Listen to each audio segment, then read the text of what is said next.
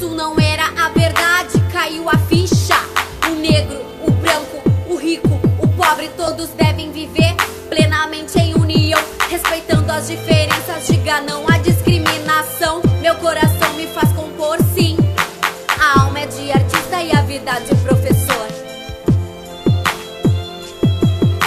O meu coração é o que me faz compor. A alma é de artista, a vida de professor. O rap é protesto e eu tenho voz. Acorrentados em navios, meu...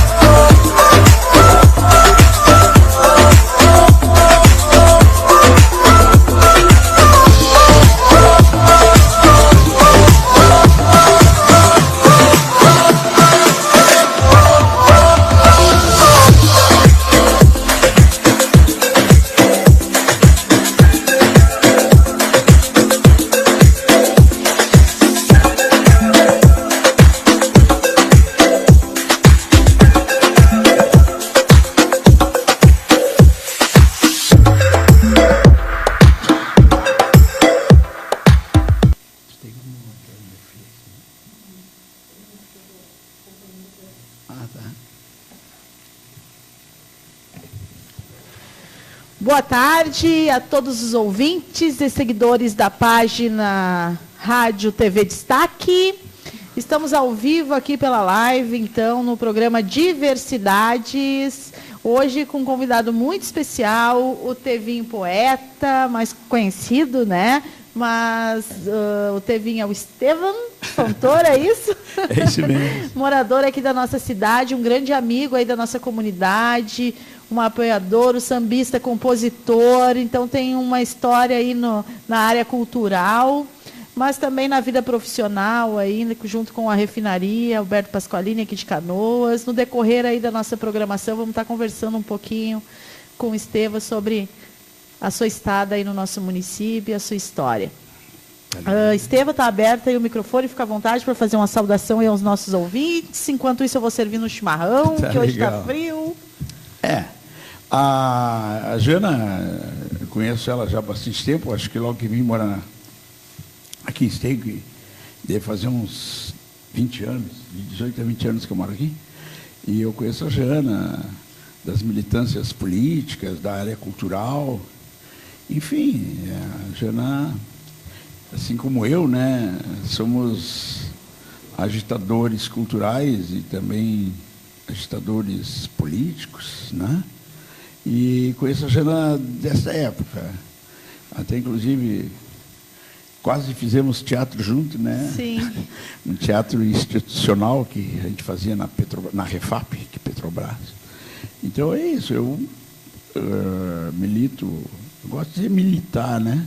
Na questão cultural. Eu gosto de carnaval. Mas eu sou uma pessoa do carnaval, não das diretorias de escola de samba, não assim, de ter uma escola lá, que é aquela minha escola de coração, assim. Não é assim, não. Eu sou um compositor, escrevo letras para samba, e escrevo e depois encontro algum amigo que se propicie, que queira fazer junto comigo uma melodia para aquilo ali. Porque eu sou um poeta, eu não sou um músico, né? E participamos de festivais, já se ganhou alguns e tal.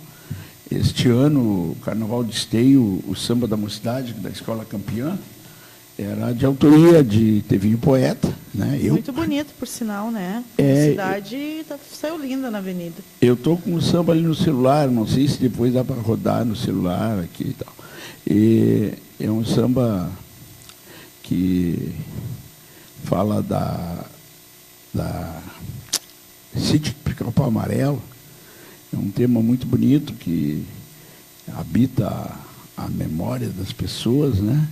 Que a TV ela trabalhou com o sítio de uma forma de um filme, né? Vários episódios e tal das histórias de Monteiro Lobato. E aí saiu, a escola de samba pensou nesse tema e me mostraram o tema e eu escrevi. E depois, junto com o Nego Isolino, que é um grande compositor, muito laureado também, saiu o samba. Claro que depois que o samba foi para a mão da escola, aí tem toda uma outra riqueza, né? Que é o diretor de harmonia, que é muito criativo, que é o João Luiz Siqueira, o João Cacau, 7 cordas, né? Que promove lá, junto com outras pessoas, o Quintal dos Bruxos. Sim. Ele colocou uma coisa maravilhosa da parte de harmonia e preparou o canto e tal, foi muito bom. E a gente ganhou o festival, o carnaval. E o nosso samba foi cantado na passarela, os componentes todos cantaram. Para quem escreve, para quem faz um samba, isso é maravilhoso. Foi muito bonito mesmo. Eu tive a oportunidade de estar lá e de participar, né? Também não só da organização e compor também a liga que na verdade organizou todo o evento, né? A estrutura. Realmente a mocidade fez muito lindo, né? Veio com um tema que puxou a memória, né, de todo mundo, né? Realmente. Quando trouxe a história do sítio Monteiro Lobato e do sítio do Pica-Pau Amarelo para a avenida, né? Muito bonito. Então, como o carnaval, ele, acima de tudo, nas entrelinhas, ou a parte que não é vista com tanta importância, mas ela é a questão cultural, de tu pegar um tema, um autor, e trabalhar esse autor, né? Quando me trouxeram o tema, eu já tinha algumas ideias de Monteiro Lobato enquanto pessoa política, das interpretações dele em relação à sociedade, assim por diante. E eu não concordo assim com Monteiro Lobato. Monteiro Lobato, ele tem uns episódios dele que ele manda uma carta para um médico amigo dele que ele diz que o Brasil daquela época lá, enquanto ele era mais jovem, era tão incapaz que não tinha condições de criar a Ku Klux Klan no Brasil. Então, a Monteiro Lobato, que é o grande criador do Sítio Pica-Pau Amarelo, ele tinha ideias racistas, mas o que importa, na minha opinião, é a obra. Tem uma fala quando as pessoas estudam literatura, e talvez outras coisas também, que eles dizem que a obra de um autor salva ele para a eternidade, mesmo que ele tenha levado uma vida medíocre ou aproveitadora ou de mau caráter. Então, quando eu peguei aquele tema, eu tive um cuidado medonho, assim, de trabalhar com aquilo, de que não enaltecesse Monteiro Lobato como pessoa, mas que a sua obra, que está na memória de todos nós, ela é muito maior do que ele. Com certeza, concordo contigo. E já tinha lido e ouvido também questões sobre Monteiro Lobato referente ao racismo da época e outras coisas, né? Mas como tu diz, acho perfeito assim a tua colocação, quando define que o que vale realmente é a obra, né? Claro. Nós, quando a televisão ganhou corpo mesmo no Brasil, né? Que Sítio do Pica-Pau Amarelo se torna uma coisa diária para todos nós, né? Aquilo ali é maravilhoso. As pessoas têm uma interpretação de vida muito legal, assim, não é que nem muitos programas de hoje que ensinam a pessoa a ser mau caráter, seja aproveitadora, aquela apologias, coisa. Né? Coisas. Formam opiniões, muitos programas, não é todos, né? Mas formam opiniões que tornam pessoas perversas, né? Tendenciosos, né? Em função da luta, por exemplo, de sobrevivência, de arrumar um bom emprego. Às vezes faz o sujeito passar por cima dos outros. Não que as pessoas não vão deixar de ser lutadoras em busca da... Muitas vezes até por cima dos seus próprios conceitos, enfim, verdade. né? Então, eu falei isso porque eu sempre falo isso, da questão do tema que a escola trouxe para a passarela, que me convidaram para fazer o samba. Eu me sinto honrado por ter escrito este samba, esta letra. E depois, junto com o Nego Isolino, ele também trabalhou mais... Eu nem falei com ele sobre esse assunto para não mesclar, assim, contaminar a cabeça do coroa lá. Mas ele trabalhou a arte mesmo, ele trabalhou o tema sítio do Pica-Pau Amarelo. Eu acho que isso é importante. Teve lá 2 anos atrás, eu acho que a Beija-Flor, ela saiu homenageando uma parte da África lá. Sim.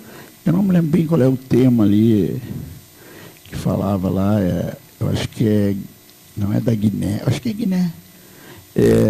E aí, lá tem um governante que ele está no poder há muitos anos.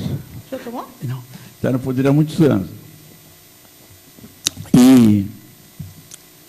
E aí caíram de pau em cima da Beija-Flor, porque a Beija-Flor estaria fazendo apologia a um ditador, coisa assim, né? Mas o samba não fala no ditador daquele lá, ou sei lá, o governante daquele lá. E eu nem sei qual é a frente, a cara política, a bandeira política dele, se é capitalista, não é? Não sei, eu nunca parei para ver. Mas o samba não fala, o samba fala da história africana, da história da luta africana e tal, né? Que é fato, né? Que é história. Mas, é claro, foram patrocinados, né? O tema, o carnaval foi patrocinado por aquele país. Mas o samba em si não faz apologia ao presidente. É esse presidente que tem lá, né? É a história africana, da luta africana, exatamente, da exploração em cima dos africanos, enquanto países imperialistas. Muitas muito parecido com a Tuiuti agora, no último carnaval, né? Que trouxe uma história aí bem atual do nosso país, né? A Tuiuti, ela usou bastante. Usou bastante. E aquele tema da Tuiuti é escrito, né? Elaborado por um historiador. Agora fiquei na dúvida se é historiador e sociólogo. Eu acho que é sociólogo. Sim. Eu falei historiador, força de expressão. E ele estudou em escola pública, em universidade pública e tal. Ele disse que aquilo ali era uma forma dele pagar o que o povo deu a ele, que foi a possibilidade dele estudar e tal. E ele relatou aquilo tudo ali. Ele trouxe uma coisa que não se quer falar. Ninguém quer falar, tipo assim, do que foi a exploração do homem negro no país e tal. E ele trouxe com toda essa violência. E depois ele trouxe também a realidade. Até me lembro de ver alguns temistas carnavalescos fazendo uma crítica. A Tuiuti tem parte que ela não carnavaliza o que querem falar. Onde ela traz aquele soldado com um tiro, que a mãe está com ele ali, e depois, quando numa escola que um cara armado, que deu notícia na TV, que um cara armado e tal, dominou a mulher, não me lembro bem como é que é o episódio ali. E aí ele não disseram nem fantasia, era uma roupa comum. Aí a arte em si, ela questionou isso, o artista, né? Mas a arte, eu gosto de dizer assim que a arte, ela é bacana para falar das coisas, mas às vezes ela vulgariza o acontecimento. Porque ela conta de uma forma bonita, disfarçada, e que ninguém vê aquilo que está lá. Só quem pensa mais sobre a coisa que vai ver. Então eles disseram aquele fato para a passarela. E o samba também, ele é bem narrativo, assim, né? Aquela comissão de frente, que é um negro grandão, né? Sim. Usando chibata em cima dos outros negros, né? Que é o que, eu acho que é o que chamam de capitão do mato, né? Sim. Ou seja, a dominação... A gente escutou muito isso nas histórias aí dos lanceiros negros, né? Sim. Capitão do Mato, na época da Revolução Farroupilha. Justamente. Eu acho que, enquanto glamour, assim, o glamour, ele não esteve de uma forma... Não foi uma ferramenta para que mostrasse aquele carnaval. O glamour ali, ele ficou por conta da roupa que aqueles negros, então, na comissão de frente, vinham vestindo. Que é uma roupa que, vamos dizer que é feia, eu acho que não. É uma roupa, umas pessoas de um corpo bonito, aquelas roupas que o escravizado usava naquele período, né? Hoje, o homem que não é mais escravizado, o negro, então, ele usa aquelas roupas em seus eventos culturais, porque aquela roupa também era uma roupa que eles já usavam na África. Então, aqui deram o tecido para eles, prepararam aquela roupa e usavam. Então, tem um glamour, sim. Mas houve uma falação muito forte sobre a questão de que não tenha sido carnavalizado, que foi uma coisa trazida de um formato cru para que as pessoas, né? Então que tem que ter arte, tarará. Eu concordo que tem que ter arte, mas aquele carnavalesco, ele pensou em mostrar o que era, ele não estava preocupado em... E tornou disso a arte, né? Justamente, porque a metáfora, como a gente sempre fala, a metáfora, ela está fora da realidade, ela te mostra alguma coisa de uma forma diferente, uma figura de linguagem, daria para dizer, que te coloca para ti um acontecimento num outro contexto, né? Mas a metáfora, às vezes, ela está na realidade também. Ela está ali, está ali na realidade. Ainda mais com todo aquele tema que a Tuiuti trouxe, né? Nossa, eu achei muito bonito. Muito me contemplou bastante. Pois é. Estevam, Diga. eu estou estado aqui por Esteio. Como é que foi tua vida profissional? Fala um pouquinho tua passada pela nossa refinaria Alberto Pasqualini, que hoje está num momento aí bem tenso, né? Em relação a tudo isso que está acontecendo no país, com a Petrobras, né? A gente vê que hoje parte do pessoal ali fazendo paralisação na frente da refinaria, né? A refinaria aí prestes a ser privatizada. Está tenso, né? Está muito tenso.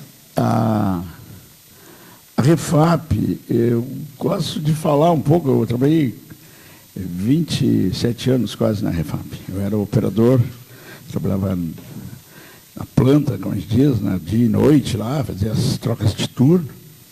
Era um operador, é o nome que se dá, operador. Operador de processo, técnico de processamento, sei lá, vai por aí. Tem que aprender a operar, a trabalhar com petróleo, né? Sim. E depois tu vai fazer parte do processamento, com as máquinas que tem lá e tal.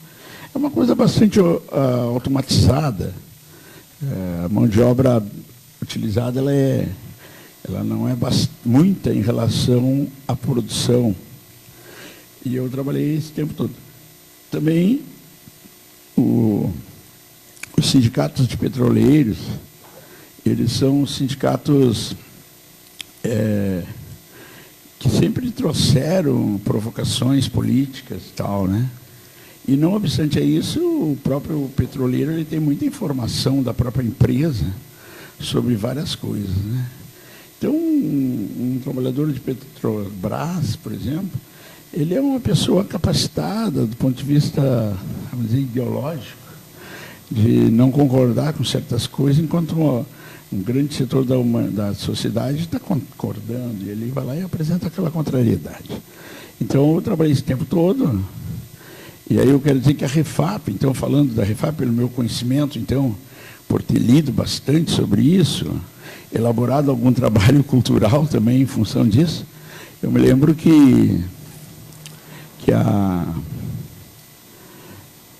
Refap, ela é um projeto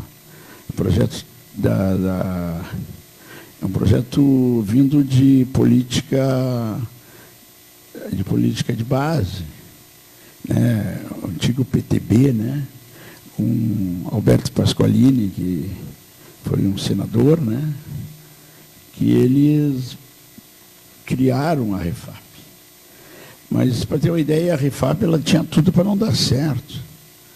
Porque nós temos o nosso mar aqui, ele é revolto, agitado, ele demora tempos com grande movimentação e tal. E aí, normalmente, os atracadouros de barco, de navios petroleiros, ele entra para dentro tem um quebra-mar e entra lá para dentro e não tem nada. Aqui não, aqui são processos de boias. O navio atraca numa boia, fundeia e atraca numa boia e fica com o seu próprio motor, faz os caldeireiros, vão lá, eles colocam os mangotes flexíveis, né? E aí o motor do barco manda o petróleo para a terra, por ali. E a boia flutua, lá embaixo tem uns mangotes que tem movimentações para, né? Não dar torções. Mas acontece que quando está muito tumultuado o mar, tu passa dias sem poder descer o petróleo. Porque ele entra num quebra-mar ali, mais ou menos, mas ele não entra todo. E aí a Refap, então, ela não tinha, ela seria o mais justo fazer ela em Rio Grande, por exemplo, que lá já tem os moles da barra, né? O navio entra lá e vai embora, não tem problema, né? Ou então construir um mole, acho que é mole, diz moles, ali afundar o canal, o arroio Tramandaí, o rio Tramandaí, entrar ali, né? Então não. E depois tem que trazer todo esse petróleo para o movia lá, de coisa para cá. Então, é uma refinaria que ela surgiu por uma coisa muito patriótica, ou até, vamos dizer, uma coisa muito de gaúcho mesmo, de querer fazer, nós precisamos. Então, a Refap ela é sempre uma das primeiras a entrar na discussão de privatizações. Porque ela é uma refinaria que ela foi construída por uma necessidade pública, né?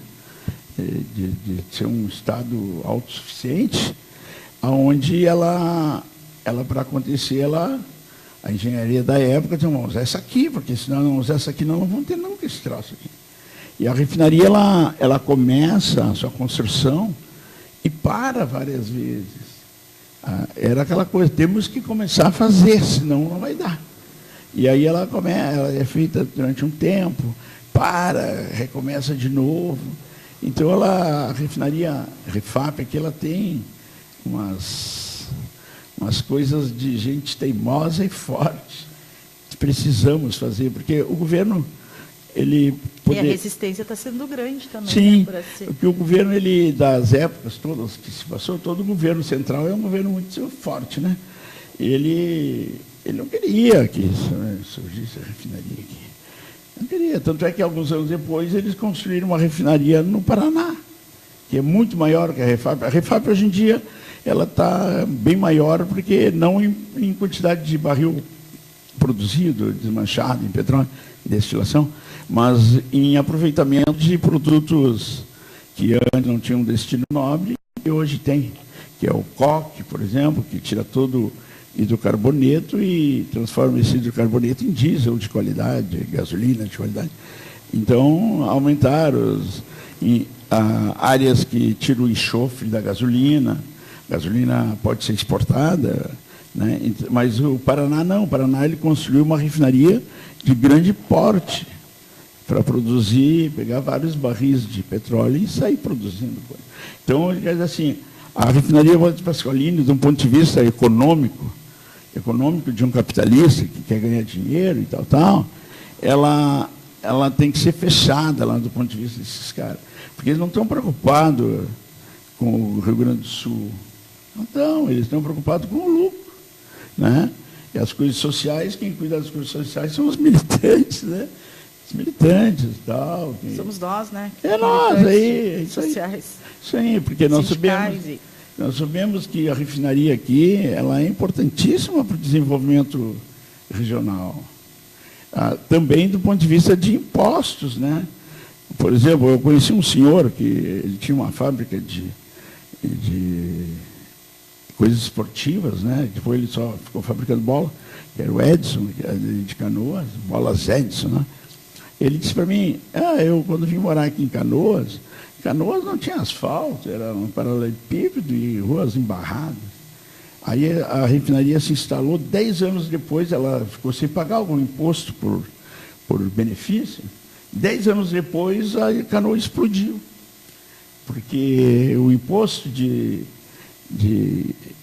produto industrializado, ICMS também, então, ela retornou para a cidade, começaram a pagar os impostos. Então, a refinaria ela é importante para nós aqui no Rio Grande do Sul. Se não tivesse a refinaria, eu não sei como é que seria. Os royalties, né, como se diz, os royalties do petróleo, Canoas ganham um percentual altíssimo, né? Sim, porque... muito maior que Esteio, inclusive. Esteio não ganha. Esteio não ganha. Royals. Royalties, petróleo. Nós temos aqui em Esteio umas bombas que levantam água ali do Rio dos Sinos. Aquilo ali traz um pouco de imposto para cá. Porque as refinarias, elas também não são... Os caras sabem que se ele desagradar uma cidade e superagradar a outra, gera uma questão de injustiça comercial, né? Acho que esse nome que está. E lá em Tramandaí, por exemplo, tu tem as boias em Tramandaí e o ancorador e oficinas tu tem em Imbé, do lado de lá do arroio, né? E as tancagens, elas estão em... como é o nome daquela cidade que tem ali? Eu esqueço agora. Osório? Osório. Então, são 3 cidades beneficiadas que ganham royalties, né? Porque está tudo instalado em 3 cidades. Sim. Então, eu acho que, naquele tempo, a questão social, capital, ela era um pouco mais mais justa, né? Hoje a coisa está meio complicada. Eu acho assim que a Refap, sendo leiloada, ela vai ser leiloada por um valor muito baixo, porque tu precisa ter petróleo. Quem não tem petróleo hoje em dia, ele não pode ter refinaria, porque o petróleo é um produto caríssimo, né? E é de questão de poder. Então, as empresas, para entrar no Brasil e comprarem refinarias, elas têm que ter poços de petróleo. E, senão eles vão ter que importar o petróleo lá dos outros lugares ou comprar da própria Petrobras. Então, tem essas coisas intrínsecas, né, que são complicadas de se falar, porque não tem um interesse assim, lúdico das coisas, é uma coisa muito fria, né? Então, eu acho que a Refap seria leiloada, né, por um preço muito abaixo do que ela se presta para nós, Rio Grande do Sul. Porque os caras não vão ter petróleo, eles vão ter que comprar petróleo em algum lugar. Tanto é que, no Fernando Henrique, ele, quando era presidente, ele acabou vendendo parte das ações de mando da Refap. Tipo assim, a Petrobras tem 50% mais um, né? Eles venderam uns 20%, não me lembro bem, desses 50% mais um. Onde entrou no comando da empresa a Repsol, que é uma empresa espanhola. E nós tínhamos aqui, na Refap, eu estava trabalhando ainda, duas pessoas técnicas presentes lá, que eram da Repsol. Claro que eles não tinham o poder de mando, porque a maior percentual era da Petrobras, mas não era mais 50% mais um. Como não tinha petróleo para eles, né, eles não tinham petróleo, a Refap ela penou por um bom tempo trabalhando com os piores petróleos do Brasil, que é o petróleo que se dá ali na Bacia de Campos. É um petróleo, é bom ter aquele petróleo, mas aquele petróleo, em relação ao pré-sal, ao petróleo baiano, do Espírito Santo também, lá do Rio Grande do Norte, e assim por diante, é um petróleo muito ácido. O índice de acidez dele é muito alto, então tem uma presença muito grande de enxofre. E, não obstante a isso, é um petróleo rico em fundo, que a gente diz. Fundo é a parte que gera asfalto. Mas necessariamente não é asfalto, porque asfalto é um produto nobre do petróleo. Ele gera fundo de barril, é um óleo que não serve, só serve para queima. E esses produtos que chamam fuel oil, né? Acho que essa é a pronúncia certa, ele é poluente. Tanto é que tinha uma usina, não me lembro bem o nome, que ela é fronteira, ela fica do lado de cá do Rio, e o Uruguai fica do lado de lá, eu não sei o nome agora, não vou inventar. Eles consumiam foil, ia daqui, de caminhão. Eles pararam por causa da poluição. O Uruguai reclamava da cinza ácida que caía no Uruguai. Então, Fuligem. Mas é a fuligem, mas é uma fuligem rica em ácido. Uhum. Tem aquele fenômeno que os Estados Unidos levantou os chaminés um período, e aí começou a cair uma chuva ácida no Canadá. Antes caía lá nos Estados Unidos. Foi para o Canadá berrou, eles tiveram que botar tratamentos lá, ou parar de consumir aquele óleo ou carvão que consumisse ali. Chamam isso aí de chaminés altas, né? Bota muito alta, ela vai ter uma inclinação muito grande até chegar ao chão, né? E aí as plantações tinham problema. Queimava as plantações, as árvores e assim por diante. Então, esse óleo de fundo de barril, hoje aqui na refinaria, ele é transformado em coque. Tira todo o produto líquido, né, hidrocarboneto, gás, por uma alta temperatura, e recupera ali todo, e pega aquele óleo, está rico em enxofre, então, né, e não dá para jogar para fora, né. Aí tem uma unidade que ela pega o gás boliviano, que é um gás puro, e tira o hidrogênio dele. E coloca hidrogênio no diesel E esse hidrogênio ele acaba tirando o enxofre. E aí tu recupera o enxofre e vende ele, enxofre amarelo, aquele flores de enxofre e tal. É retirado. Antes não era retirado do diesel, não tinha como fazer isso.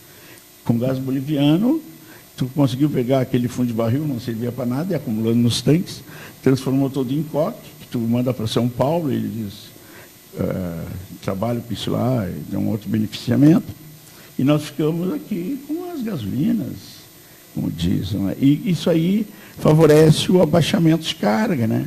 Se tu precisava fazer toda a gasolina que tem que fazer, todo o diesel que tem que fazer, se tu precisasse de 15 mil metros cúbicos de petróleo, tu vai ter agora a gasolina, um pouco mais de gasolina com a utilização desses fundos todos, que tu pode diminuir, às vezes até para, se era 15 mil, passa para 13, 12 mil metros cúbicos de petróleo, porque o teu fim é aqueles combustíveis, né? Sim. Que agora tu consegue tirar ele de um produto que era secundário. Secundário.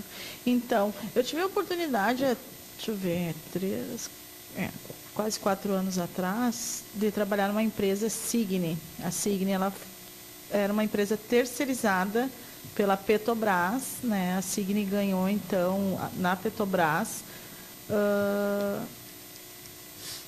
através de edital, a gente ganhou para fazer o monitoramento de todos os projetos financiados pela Petrobras, não só no Rio Grande do Sul, mas como São Paulo, Rio de Janeiro, no Nordeste também. E eu trabalhei na Signi de Porto Alegre. E eu fiquei compondo, então, a equipe que monitorava a região aqui da refinaria. E fazia também a relação comunitária refinaria e comunidade. E tive a oportunidade de conhecer a refinaria, né, conhecer todos os projetos, monitorar, né, os projetos executados aqui por entidades aqui do nosso município, que foram, né, beneficiados pela Petrobras, e também Canoas. E teve um momento, né, logo no início, que aconteceu um episódio de Canoas, parte de Canoas, ali o bairro São José, e o bairro São José, Nossa Senhora das Graças, e agora não lembro o outro. Não, Guajuvira não. Não era também a Igara? A Igara, parte da Igara. Igara isso aí, Igara, São José e... Igara vem daquele nome indígena, Igarapé, né? Isso. São aqueles banhados e tal. E o que ocorreu? A gente monitorava também o DISC, né? As denúncias. E ocorreu assim muitas denúncias de amanhecer assim as casas e até os animais, as plantas está cheio de fuligem. Uhum. Daí a gente ia, né, visitava as famílias que acionaram, e foram bastante, mas prontamente assim a equipe técnica da refinaria ia na casa, fazia a coleta do material, né, o monitoramento e toda a assistência assim, né, para a comunidade. Mas foi bem bacana esse período assim que eu passei na Signi, porque eu acompanhei projetos muito bons financiados pela Petrobras. Nossa. É isso que eu queria dizer, a questão de chuva ácida, ela podia não ser ácida, podia ser só uma presença de fuligem, né? Mas a chuva ácida é isso, ela joga muito sólidos, né, cinzas, para fora no chaminé, e depois aquilo vai cair num lugar, dependendo da altura do chaminé ou a temperatura dos gases, né, porque ele precisa de pegar a umidade para ficar pesado e descer. Então, temperatura, né, ou altura de chaminé. Então, pode ser que nesta época, que eu não sei qual é o período, eu acho que eu estava lá, então, que tenha se utilizado muito óleo combustível na queima dos fornos, que é esse fuel oil, né? Que é um óleo fundo de barril, que diz, ele sai da unidade de vácuo, que a unidade de vácuo é a última destilação, né? E sai dali.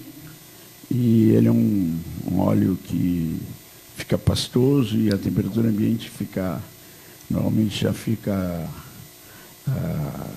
endurecido, né? Então se pega esse óleo e se faz uma mistura com diesel ou querosene, mas normalmente é querosene, né? Porque tem que ver a questão também de ponto de ignição deles. Se tu botar um produto muito leve, tu muda o teu ponto de ignição e as indústrias são preparadas para outro. Então botava um querosene tu tirava todos os leves do querosene, tem todo um processo para fazer isso, que é com vapor, e aí o querosene perde bastante de seus produtos voláteis, e tu mistura naquele asfalto, naquele óleo, né? E ele te dá uma fluidez, tu pode armazenar ele, depois usar uma bomba para mandar para queima e tal. Só que, como eu falo, esse óleo ele é muito carbono. E esse carbono e cinzas, ele queima e joga para fora uma parte sólida, que vai cair nos telhados das pessoas. Sim. E no primeiro momento, quando tu observa, parece uma poeira. Mas quando tu toca, assim, vai limpar, é oleoso realmente, assim, sabe? E daí fica bem escuro, assim, preto. Parece realmente um pinche, assim. Sabe? Justamente. Na unidade aí, na refinaria, a maior parte dos fornos queimam gás. Porque há uma utilização do gás em grande abundância, gás boliviano, que é um gás de alta pureza, ele é colocado para tirar o hidrogênio. Então, sobra muito gás. Então, tu tem que ter consumo de gás. E também o gás, ele diminui a poluição sólida, né? A poluição dessas coisas sólidas ou pastosas diminui, porque o gás queima é total, né? Então, tem só um forno que opera com óleo e gás. Até eu trabalhava lá, era isso, não sei agora. E é o forno da unidade 50, são 2 fornos. É um volume muito grande de queima. Pode ter sido isso que acarretou, ou a utilização de um óleo muito ruim para se trabalhar. Entendeu? Pode ser isso, né? Porque esses óleos de fundo, que a gente chama, ele não se presta para combustível direto. A unidade de coque, a unidade de retirada de enxofre, aí pôde pegar aquele óleo do coque, né, por exemplo, e mais esse óleo de fundo aí, e transformar em produto nobre. Gasolina nobre, diesel nobre, esse diesel S10 aí, com baixo enxofre. Tevinho, eu pedi licença só para saudar aqui o pessoal que está nos acompanhando pelas nossas lives. Tá bombando.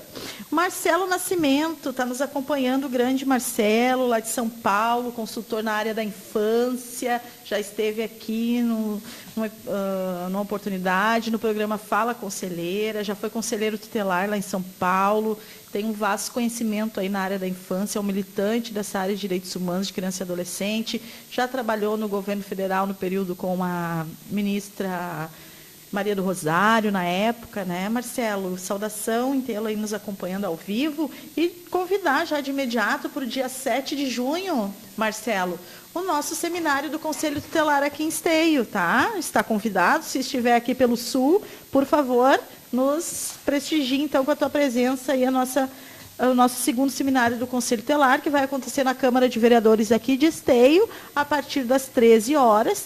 Teremos, então, como palestrante, a doutora Denise Casanova Vilela, Procuradora-Geral do Estado e promotora de Porto Alegre na área da infância, a professora e vereadora de Porto Alegre, Sofia Cavedon, que vai estar falando também na área da educação, o nosso querido presidente da Contur, Jefferson Leon, que vai estar falando também sobre a rede. Então, esse seminário, nosso segundo seminário, é alusivo ao mês de maio, ao dia 18, o dia de enfrentamento ao abuso e exploração sexual contra criança e adolescente. Marcelo, te aguardamos aqui, então, se estiver pelo Sul, por favor, venha nos prestigiar. Agradecer também aí a Aline Petri, que está nos acompanhando ao vivo. Um beijo, Aline, querida. Saudades. O Mike Beleboni, querido, ali da Vila Navegantes, meu amigo de coração. Te adoro, Mike. A minha prima Débora, um beijão, prima, todos aí, toda a família. Boa tarde, beijos, adoro o programa, obrigada pela audiência. Grazi de David, filha do Nairon, da nossa querida Janda, um beijão, mãe da Duda, da Dudinha, um beijão para nossa linda Duda.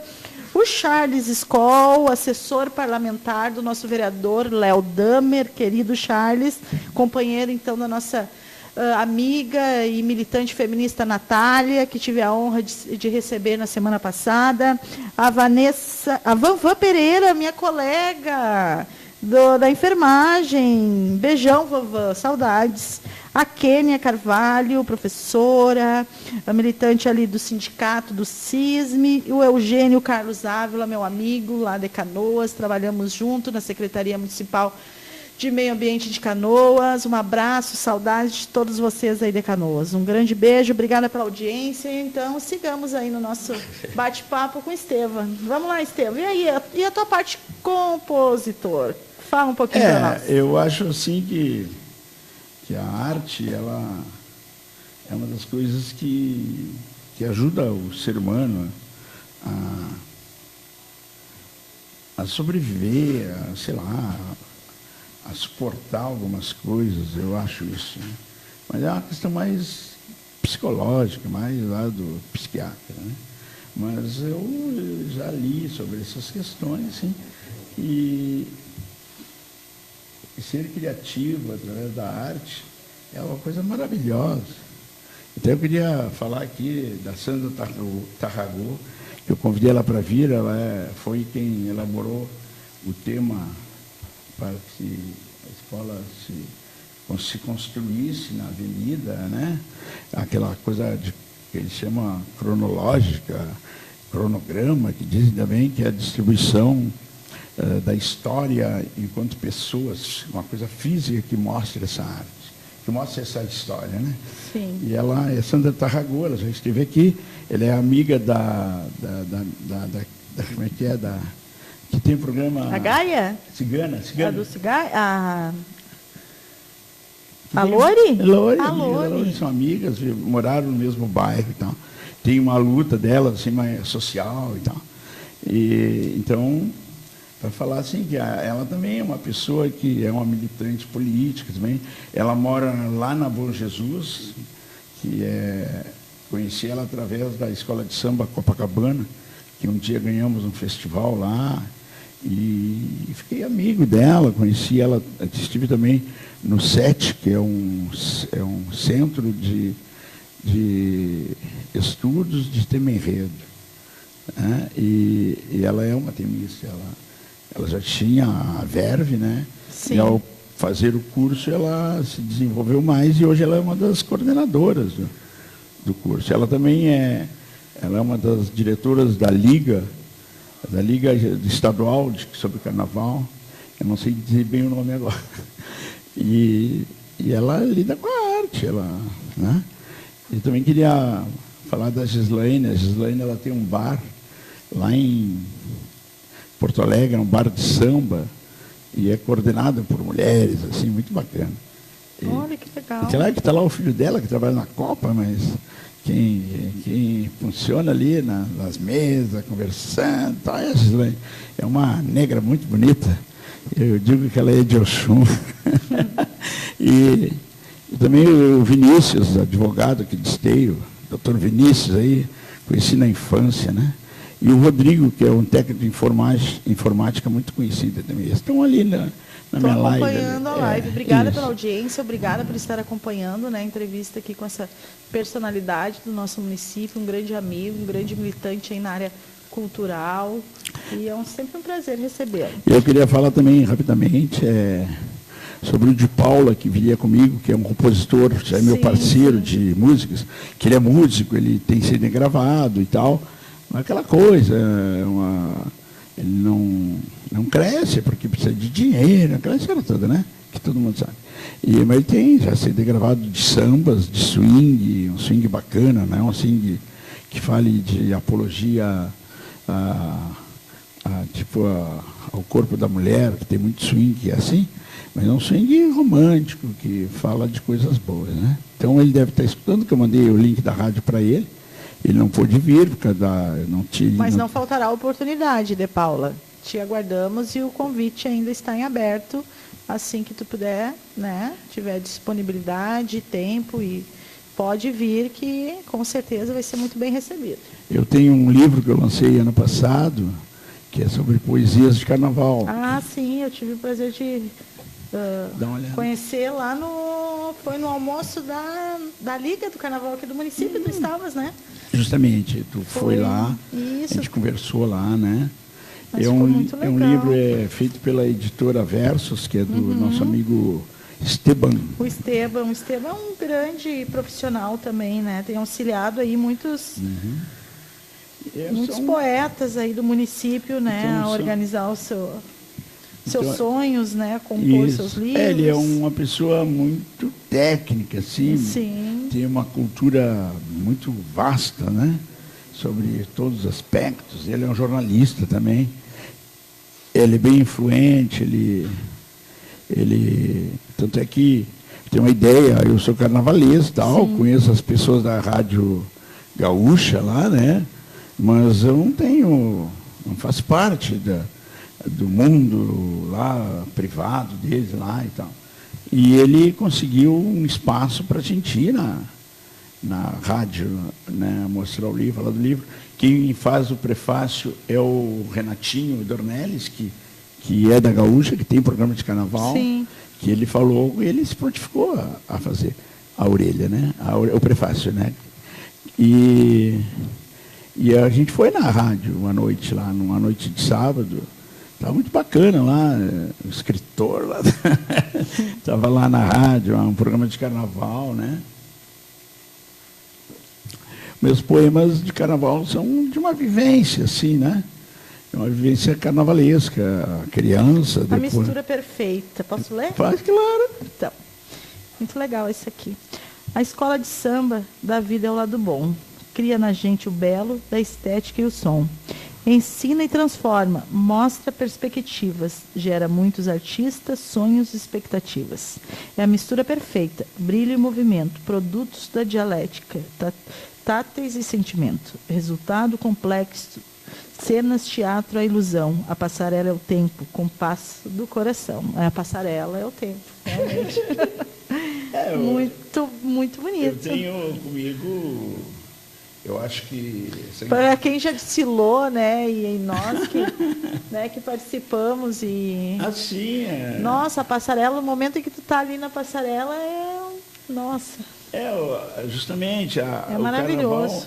O carnaval, ele, quando surge, esse carnaval glamouroso, ele surge num binômio, né? Que os negros carnavalescos que tocavam faziam seus carnavais no seu gueto, porque havia aquele apartheid de negro só ia em baile de negro e branco só ia em baile de branco. Ou, na verdade, o negro que era proibido de ir no do branco, né? E então os negros, eles faziam o carnaval no seu bairro, eles não saíam daquela linha imaginária ali. Saísse a polícia lá e empurrava eles de volta. Mas eles eram os bons músicos, né? Os militares negros que tocavam sopro, os militares do sopro nos exércitos, tu vai lá ver, existe uma quantidade percentual muito grande de negros, porque eles têm um grande ouvido, né, musical. Então eles tocavam. E aí o branco foi lá quando começa, aquele branco novo, né? O rico novo, que bota um açougue, uma farmácia, começa a ganhar. Ele quer que a filha dele, que desfilava no clube com a grande fantasia, vai desfilar numa rua. E aí o que ele faz? Ele traz os negros para tocar com ele e coloca os brancos na frente. Estou falando isso, é uma questão forte mesmo, que isso é forte. E as meninas, né, desfilavam em cima de carros de boi, com 2 juntas de boi. Lá ia um negro cuidando do boi lá na frente, né?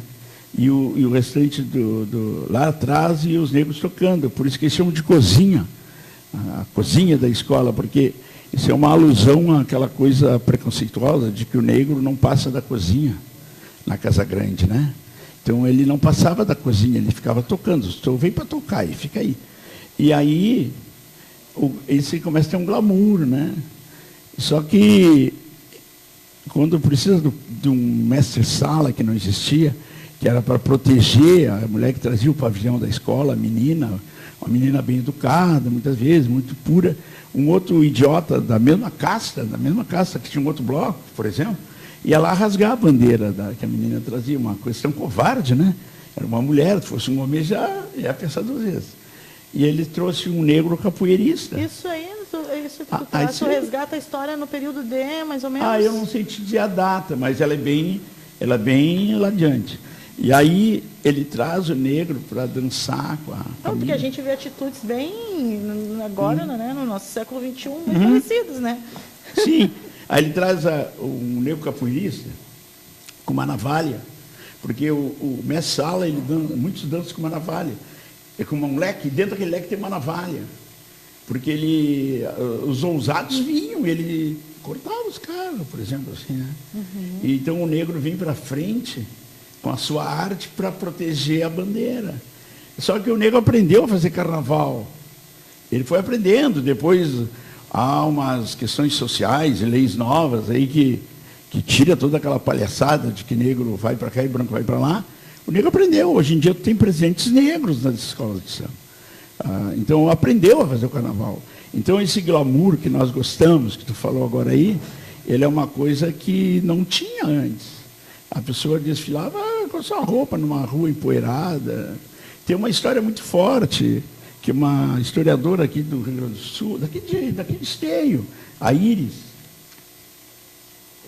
A Iris, ela é filha daquele prefeito que era dono daquela olaria ali.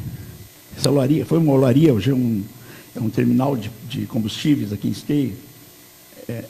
A filha dele, eu não lembro o nome dele agora, fugiu.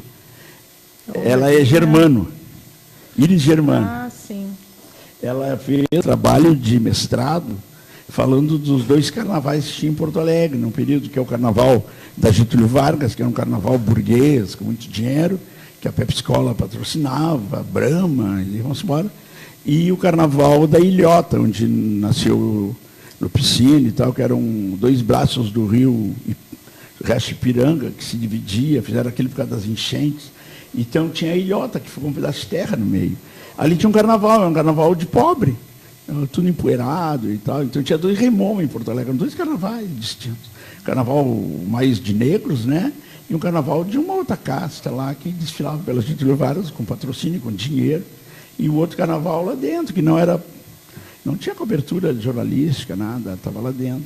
Então, para ver bem assim como é que hoje a gente vai para a passarela, feliz da vida, e uma coisa que talvez se fosse naquele período, eu e tu não iríamos. Não iria.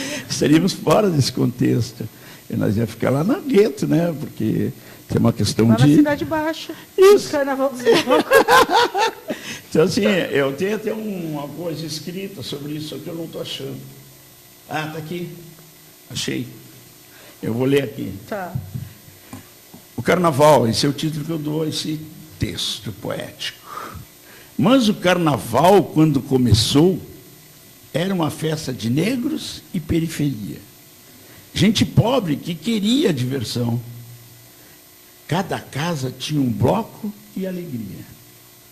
Giba Giba nos falou que era assim, que vieram outras pessoas do lugar com fantasias de seus clubes sociais, que o carnaval começou a ostentar. E Giba Giba, sabe, era um músico, um griot, e que tocava supapo. E era uma pessoa de uma grande cultura. Era um negro alto, tocava, os negros baixinhos não dá para tocar supapo, né? Porque o supapo é um instrumento grande, né? Para tu tocar ele conduzindo ele. Mas o supapo original não era conduzido. O Brasil que gerou... Adaptou. Por causa do carnaval, tem que levar o instrumento, o supapo é um instrumento de redobrar. Tipo, tu tem o surdo que bate surdo de primeira, segunda, e hoje tem o surdo de terceira, que redobra, né? Mas quem redobrava era o supapo, tocado com as mãos, um instrumento enorme. Então tinha que ser pessoas altas para conduzir, porque senão ele seria tocado no chão e o cara sentado em cima, virado para o lado da pele e tocava sentado. É assim que eram feitos de troncos, né? Pesados, não tinha como carregar. E Giba Giba toca esse outro instrumento, que é um instrumento, o supapo mesmo, né? Feito de madeirite, e bem alto, porque ele tem que ser grave, ele tem que ter uma massa, um corpo grande, para produzir um som super grave. Se o papo que não produz som grave, ele é outra coisa. Ele deixou de ser um papo, né? Já produz outro som. Teve. Sim. Teve uma sessão solene da consciência negra. Isso mesmo. Eu lembro, acho que faz uns 3 anos por aí, né? 4. 4. Anos, né? Ele faleceu. É. Uns 2 anos que ele faleceu, É. uns 4 anos. O Então, filho, chimarrão, Anderson. o filho dele, ele dá aulas aqui de oficinas de percussão aqui em Esteio.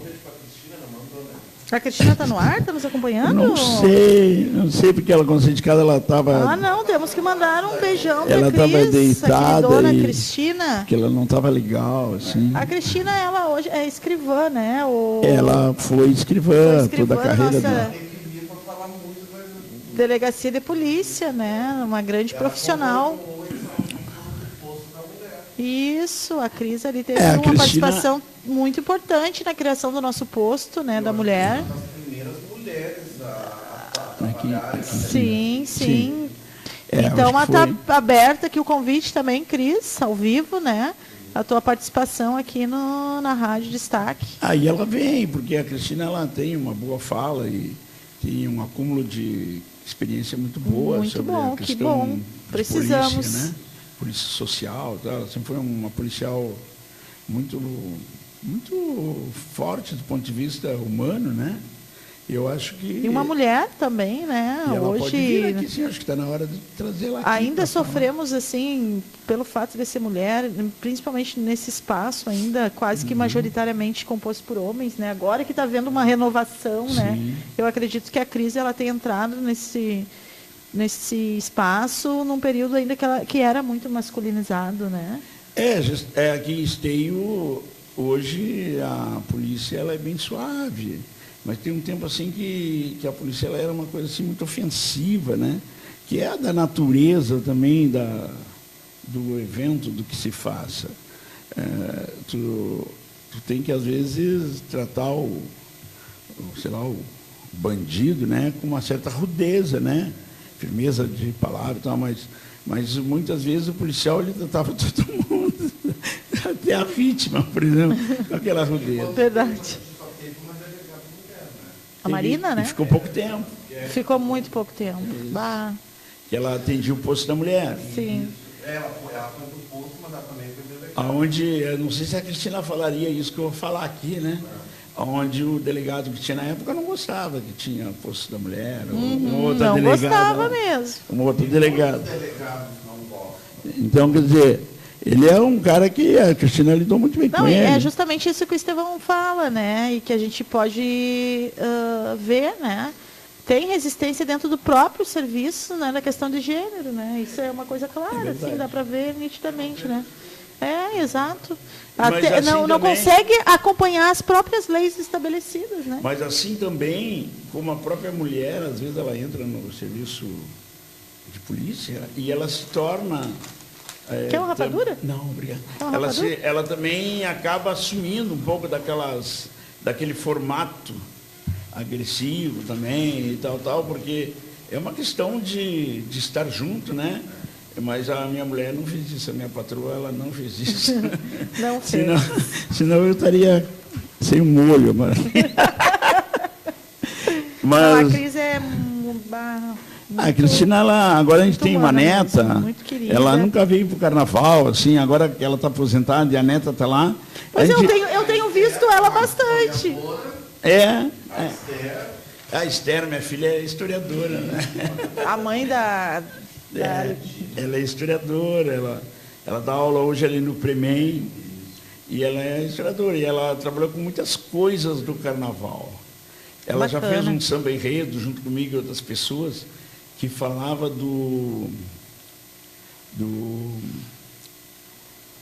um tema feito por Nara Louro, em Pelotas, é uma mulher que cria tema, né? Enredo, eu não sei qual é a formação dela. Sei que o marido dela é professor de matemática. e ela criou um tema muito bacana, que era África, berço da humanidade. suas raízes vivem aqui. Então, era um tema que abrangia a religiosidade, mas não de uma maneira religiosa, nem de uma maneira tão comprometida. Ela falava como ela se expressa aqui no Brasil. E falava dos griots, que o griot é uma figura de tribos africanas, que ele passa informação para os outros através de alguns conceitos. Por exemplo, vamos dizer que o griot que faz pote de barro, ele vai ensinar as outras gerações e por que precisa fazer pote de barro, e por que tem que fazer, qual é o barro, aquela coisa. E esse é um griot, ele é uma palavra francesa, né? Que eu acho que deve ter sido aquele cara que trabalha muito com essa questão religiosa, que é o Verger, acho que é o nome do cara. Pierre Verger, isso aí. Pierre Verger. E ele depois se converteu a coisa. Tal, ele não Foi tema de enredo também. Já foi tema de enredo, né? Então, o griot estava presente no tema lá. E a minha filha gostou muito. E mais uma outra historiadora que mora em Pelotas, e a Daiane Mollet, ela tem um nome também francês, talvez os antepassados escravizados tenham sido propriedade, vamos dizer, né, de algum francês trouxe, não sei qual é a origem. E então o nome dela é Daiane Mollet. Ela se formou junto com a minha filha. Tinha um outro rapaz que é um mestre de bateria, que era namorado da minha filha, hoje não é mais, e que também participou da composição. E mais um músico lá de Pelotas.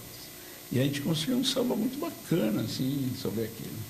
E aí, você não gosta de falar dessas coisas assim. Legal.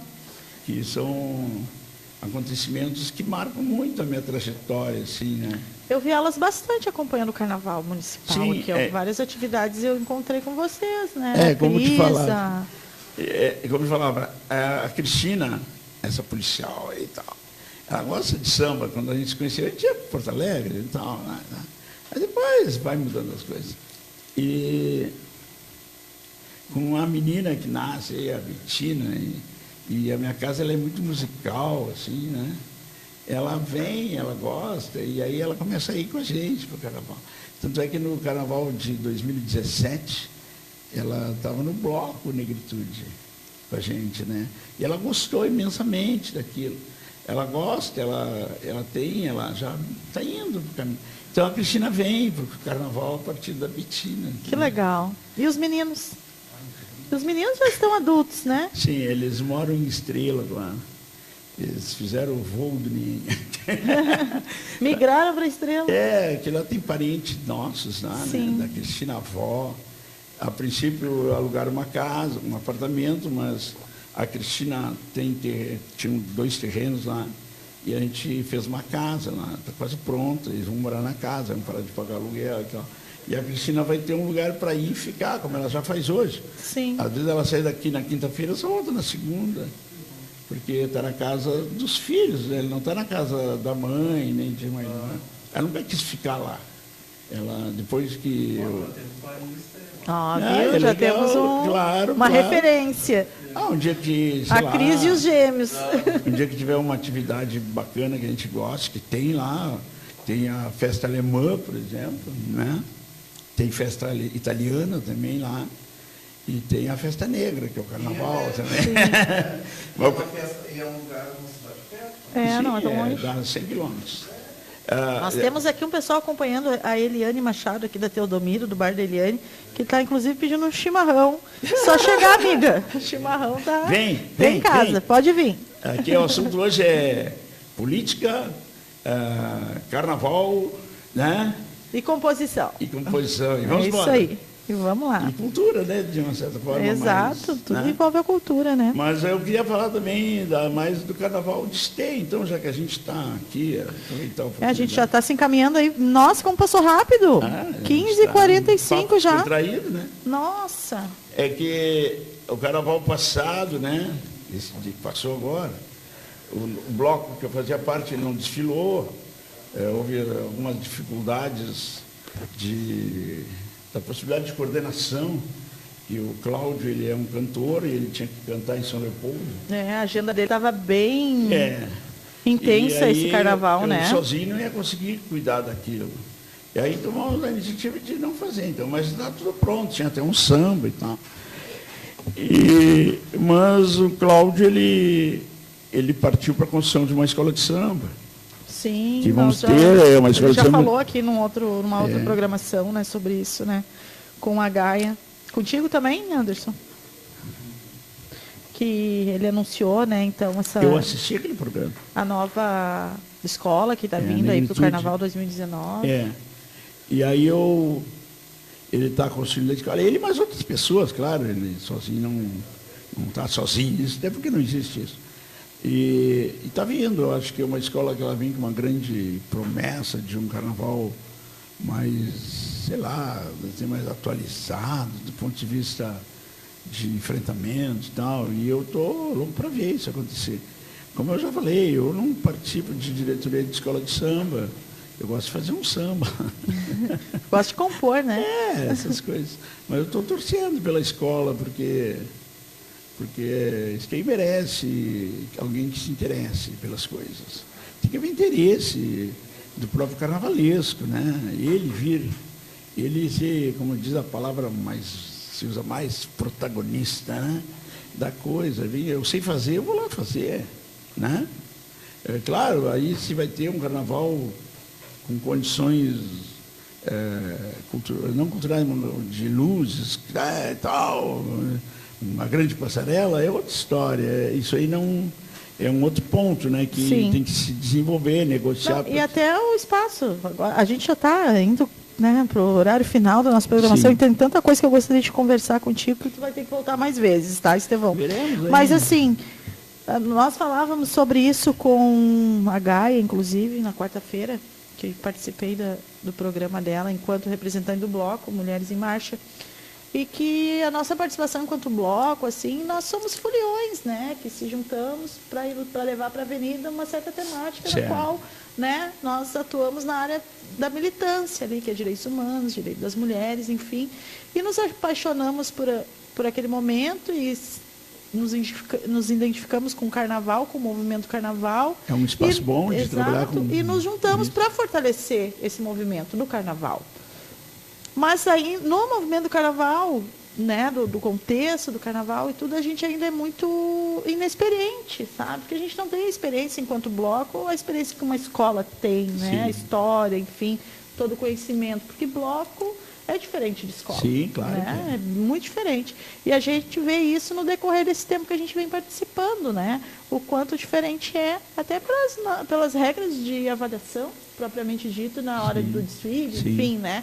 São coisas que ainda precisam ser melhor pensadas e melhor construídas, né? Nesse modelo que hoje a gente tem de carnaval, que são as escolas e os blocos, e, né, que estão lá para concorrer a um troféu, enfim, a um prêmio. Mas são coisas que precisam ser pensadas e construídas. Tema, né, que se use, né? A escola tem um tema, o bloco pode ser um outro tipo de tema. Exato. Menos, sei lá, com menor volume de grandiosidade, né, assim, né? O nosso bloco, Mulheres em Marcha, ele foi bem, assim, a gente levou as questões de direitos humanos, como sempre, a gente leva as bandeiras de direitos humanos. Teve ano que a gente levou combate à violência contra a mulher, já levamos combate ao racismo, à homofobia, em outros momentos, né? Esse ano a gente fez foi alusiva a Marielle, a vereadora assassinada no Rio de Janeiro, né? Sim. Mas foi bem simples, a gente teve a participação muito grande de crianças no nosso bloco, quase que mais da metade dos 80 e poucos participantes eram crianças, né? Sim. Isso nos deixa muito felizes, assim, né? Das crianças gostarem, como a tua neta, né? Gostar do carnaval, de participar, né? E ver que aquele espaço ali é saudável para isso, né? É muito saudável, isso nos deixa muito felizes. Mas como a gente está indo já para o horário final, Estevão, do nosso programa, eu deixo em aberto aí para uma saudação aos nossos ouvintes, seguidores, e reforçar o convite para tu voltar num outro momento para a gente continuar esse bate-papo aí, que está muito bom, muito agradável. Da próxima vez que eu vir aqui, espero, né, que eu consiga trazer um grupo para a gente tocar e cantar. isso. Porque- Vamos cantar também. Porque quando a gente fala das coisas, a gente acaba não trazendo a curtição de tudo isso. Por exemplo, se a gente vir aqui outro dia com um grupo que toca samba enredo, por exemplo, posso trazer minha neta com fantasia. Que legal, vamos Entendeu? fazer. Traz ela Podemos com fazer no fantasia, ela especial. se sente bem, ela não tem. Ela já está no clipe. Ela com uma fantasia bonitinha, pequenininha e tal. Ela tem uma fantasia que a Esther prepara muito bem ela, assim, a minha filha é muito louquinha assim, desse ponto de vista, que são com adereços de cabeça. Então ela viria, eu traía um cavaquinho carnavalesco, sim, carnaval, né? Trazer um violão e gente para cantar, percussões e tal, e a gente fazer aí durante esse tempo umas falas das pessoas que estão presentes também, os cantores e coisa, e a gente, se todo mundo falar e tal, e tocar. Vamos cantar tal música, tal aí, que não sei o que não sei o que. Então tá, então aí vamos fazer, com certeza. O programa passa a ter esse binômio, né? Falações e música. E canções. É o calor da coisa, carnaval, da arte, a arte andando, a arte acontecendo, assim, do canto. Hoje a gente fez umas poesias aqui, foi legal. Isso também é isso que eu falo. Vamos ler a poesia, né? Vamos ler, vamos curtir essa poesia aí, para que as pessoas que estejam em casa, pô, que interessante isso aí. Deixa eu até mostrar aqui o livro do Estevam. Ó, Sonhos, Paixões e Loucuras de comigo. Carnaval. Tá? Quem Comigo, quiser, comigo. então, o livro, só chamar o Estevam ali pela página do Facebook, né? Estevão Fontoura Ribeiro, Teve um né? poeta. No Face, só entrar em contato ali pelo Messenger, chamar ele e adquirir o seu livro, que é maravilhoso. Tem poesias aqui lindas. Então, mais uma vez, Estevam, muito obrigada por ter aceito o convite, né? Participar aqui conosco hoje, dizer que a tua presença aqui, né, sempre é muito bem-vinda, e já de imediato te convidar para vir, né? Em breve, retornar, então, para a gente seguir, então, talvez com música, com a Netinha aqui, com seus adereços, fazer um programa bem legal, com bastante, um clima bom, né, um clima saudável, como sempre a gente procura realizar aqui na Rádio TV Destaque. Certo. Muito Valeu. obrigada. Obrigado. Obrigada pela presença. Então, um bom final de semana a todos os nossos ouvintes, seguidores. Boa tarde. Tchau, tchau.